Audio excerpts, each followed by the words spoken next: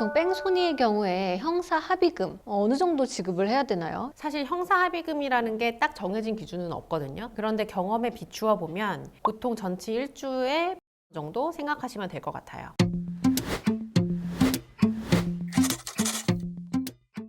박 변호사님 평소 뺑소니 사건과 관련해서 궁금했던 점 있으세요? 네, 예전에 저와 이제 남편이 아파트 주차장에서 나가는 과정에서 입주민인 것 같은 학생을 살짝 이제 친 적이 있었어요. 근데 보니까 학생이 잘 걸어가고 뭐 크게 다치지는 않아서 저희는 이제 명함을 주려고 시도를 했죠. 근데 그 학생이 이제 학원을 가는 길이었는지 한사코 이제 거부를 하면서 자기 괜찮다고 안 주셔도 된다고 하면서 막 가버리는 거예요. 경미하게 접촉이 된 거지만 혹시라도 뺑소니가 되지는 않을까 좀 걱정을 했었거든요. 그래서 이런 경우에는 우리가 어떤 조치를 해야지 뺑소니에서 벗어날 수 있는지 이런 부분들이 좀 궁금했어요. 만일 그분이 나쁜 마음을 먹고 남편분을 신고했다면 아주 골치가 아파질 뻔했네요. 우리 법원은 사고 사실을 인식하고 아무런 조치 없이 사고 현장을 이탈하면 도주의 범위가 있다고 보거든요. 그런데 변호사님 남편은 명함을 주려고 했잖아요. 그렇죠? 그러니까 사실은 도주의 범위가 없었던 거죠. 이런 경우에는 혹시 뺑소니로 신고당할 위험을 방지하기 위해서 당시 상황을 녹음하는 게 좋아요. 아니면 바로 경찰에 전화해서 사고 발생을 했다. 그 직후에 뭐 피해자랑 이런 이야기를 나누었다 하면서 연락처를 남겨두는 게 좋고요. 괜찮다고 그냥 가신 분들 중에서도 바로 뺑소니로 신고하시는 분들도 많거든요. 그리고 변호사님 사안의 경우에는 그분이 특별히 다치지는 않은 것 같아요. 걸어가거나 뭐 움직이는데 지장은 없었죠. 그렇다면은 사실 구호 조치가 바로 필요한 것 같지는 않고요. 구호 조치가 필요하지 않는 정도의 경미한 사고인 경우에는 쉽사리 뺑소니로 인정되지는 않습니다. 아, 변호사님 말씀을 들어보니까 혹시라도 이런 경우가 발생하면 어떻게 대처해야 될지 어느 정도는 감이 오는 것 같아요. 이제 저희가 받은 질문 중에도 이 질문이 굉장히 많았는데요. 뺑소니로 기소가 되면 무조건 구속이 되나요? 일단 아닙니다. 뺑소니로 기소된다고 무조건 구속되지는 않는데요. 피해자가 중대한 상해를 입었는데 합의를 하지 못했다거나 이런 경우에는 구속될 수도 있습니다. 과거 음주운전이나 뺑소니 전력이 있는 경우에는 피해자와 합의를 했어도 구속이 될 수 있어요. 합의를 해도요? 네. 이런 경우는 재질이 나쁘다고 판단해서 구속될 수도 있으니까요. 전력 있으신 분들은 정말 조심하셔야 됩니다. 네. 그럼 다음 질문도 한번 드려볼게요. 보통 뺑소니의 경우에 형사 합의금 어느 정도 지급을 해야 되나요? 사실 형사합의금이라는 게 딱 정해진 기준은 없거든요. 그런데 경험에 비추어 보면 보통 전치 1주에 100만 원에서 한 200만 원 정도 생각하시면 될 것 같아요. 실제로 전치 2주 나온 피해자가 한 150만 원 지급한 경우도 있고 동일하게 전치 2주인데도 400만 원 지급한 경우도 있거든요. 400만 원이나요?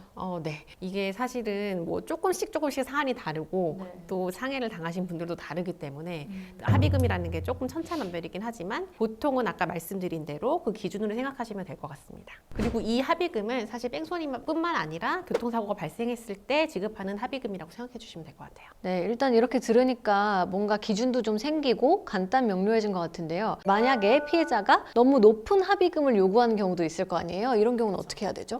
이런 경우 합의를 꼭 해야 하는지 좀 고민이 되죠. 그런데 피해자가 과도한 합의금을 요구해도 합의 노력을 포기해서는 안 된다. 가해자가 열심히 노력했는데도 불구하고 피해자가 과도한 합의금을 고집한다면 그동안 합의를 하기 위한 어떤 노력을 기울였는지 소명 자료를 제출하라는 게 법원이나 검찰의 입장인 것 같아요. 그 어떤 노력을 예를 들어 말씀하시는 거죠? 예를 들면 뭐 피해자한테 우리가 일단은 뭐 사죄하고 그리고 계속 합의를 시도했다. 합의금을 계속 지급하려고 노력했는데도 피해자가 안 받아들였다는 문자, 녹취, 뭐 카카오톡 이거를 토대로 이제 의견서를 작성해서 의견을 피력하는 거죠. 네, 변호사님도 예전에 과도하게 합의금을 요구했던 상대방, 그 피해자가 있지 않으셨어요?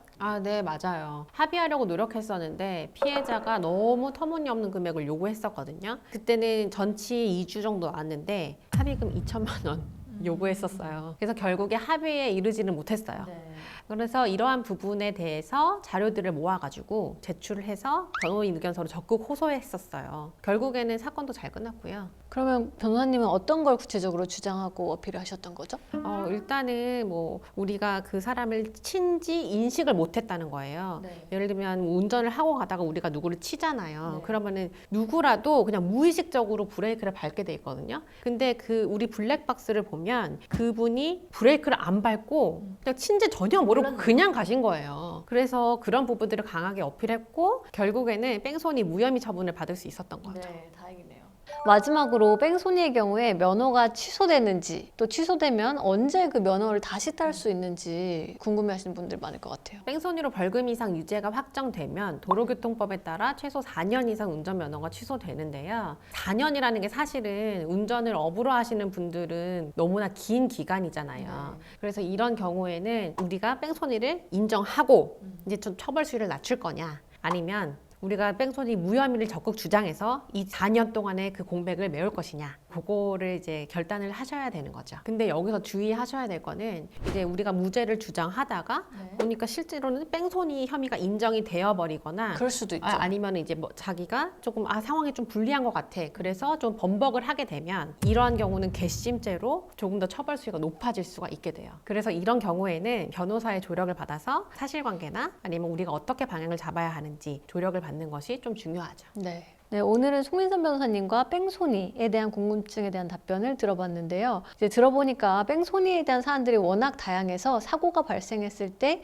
어떻게 해야 될지 쉽사리 판단하기 어려울 수 있을 것 같아요. 왜냐면 굉장히 또 당황스럽기도 하고 일단 사고가 나면 사람들이 사고가 정지돼 버리는 경우들이 많잖아요. 그래서 실수도 많이 할 것 같은데요. 네, 뺑소니라도 똑같은 사고는 없으니까요. 궁금하신 점들이나 이미 사고가 발생했는데 어떻게 해야 할지 모르시는 분들은 언제든지 연락 주시면 자세히 상담해 드리겠습니다.